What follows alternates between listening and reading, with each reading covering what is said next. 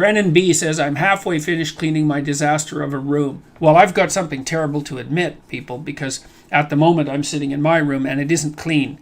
If you're interested in this, everyone, here's a really sophisticated book you could read. You could take a look at Carl Jung's last book, which was called Mysterium Conjunctionis, so that it's Latin. Now, the first part of that book is really kind of like a dictionary of symbolism. He wrote it, I think, in his 80s, and I think he was trying to get down as much as he could of what he knew as fast as he could. So the first part is a dictionary of symbolism, and it's very difficult to read unless you've read a lot of his other writing.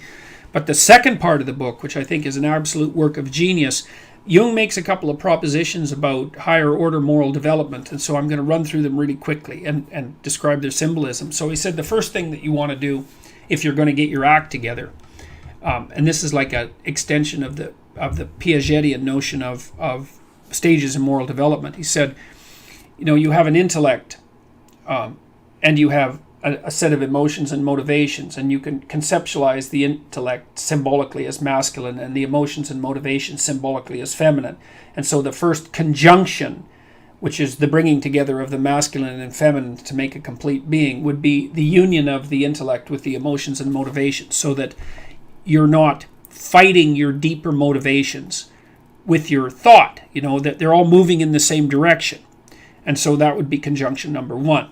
And so then that makes you united in terms of your capability for subjective experience. You're all all of that's pointing in the same direction. And it's one of the things that can make you unstoppable, because you're not at war with yourself then. And so the next conjunction, as far as he was concerned, was also expressed symbolically. So now you have the masculine union of intellect, emotion, and motivation. And then you have the body, which you can now conceptualize as feminine. So then you bring those together in a creative union. And so that means that you start to act out what you think and feel, so that there's no paradoxical relationship or enacted lie, they call that a performative contradiction, between what you think and feel and what you do. And so because part of being honest is that you act out what you believe, right? And so that's great. So that's the next conjunction. And so that makes you integrated in mind and emotion and motivation and in enacted routine and body. Great. So that's another way of bringing yourself together. But the third conjunction is the one that's most interesting, and it's also the one that's most difficult to understand. And that conjunction occurs when you take this unified mind-body continuum, let's say, and you think, well, wait a second, there's an element of that missing, and that's my experience of the world that's hypothetically outside of me, or that's hypothetically not me. Now, your experience of the world outside that's not you is a very strange experience, because it isn't self-evident, for example, to me, that my wife is not me. We spend so much time together. She's in my experience so much. We have a joint past and a present and a joint future. The same with my kids and the people who are close to me. It isn't obvious to me that my wife is less valuable to me than I am to me. She's certainly more valuable to me than some arbitrary body part like an arm or a leg, and people are perfectly capable of making gestures of physical self-sacrifice in order to rescue people that they love. And so just exactly who you are and just exactly who the external world is not clear at all. And so the last conjunction for Jung was the eradication of the distinction between your subjective experience as you and your objective experience as you.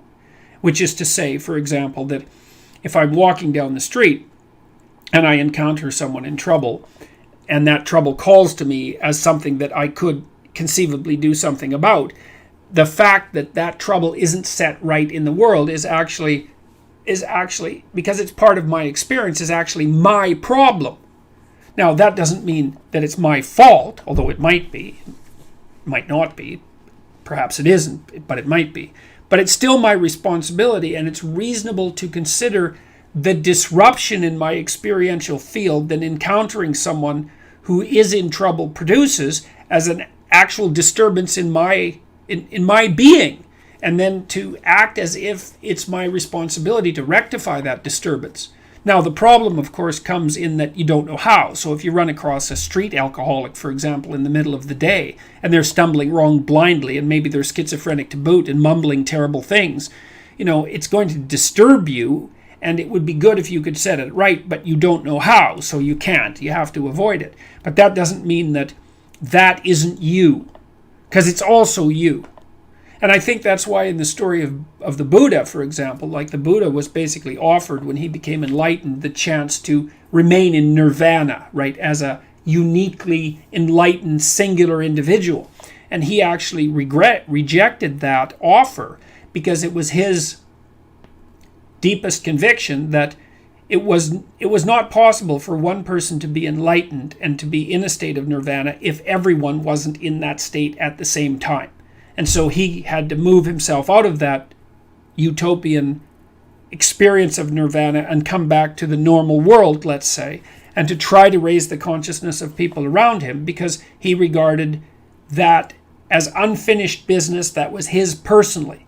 And so, now I don't remember, who was I? Oh yes, that's all about cleaning your room. Yes, exactly. So, well, the thing is that your room isn't not you. It's actually you. There's no difference between the chaos that's outside of you in a place that you spend as much time as you spend in your room and the chaos that's internal psychologically. And, one of the things I often do when I'm first dealing with my clients as a simple exercise in setting themselves right psychologically is to have them start to clean up their external environment, because people know how to do that, and there's no difference between that and putting yourself straight psychologically, as you know when you do something as serious as starting to clean up your room. And so, Brendan, the other thing I would say is, finish cleaning your room and then see if you can make it beautiful, because that's also unbelievably useful, man, because it teaches you about beauty. And so then you can make one room in your house beautiful, and then it's organized and together and beautiful. And so once you do that with one room, you're way wiser than you were before, and you've actually accomplished something concrete that's solid and incontrovertible that you can point to, that strengthens your character. And then maybe you can do the same thing with your whole house. And then maybe you can do that with the world around you. And believe me, if you start doing that, you're not going to be sitting around wondering what the meaning of life is, because you're going to find it in that.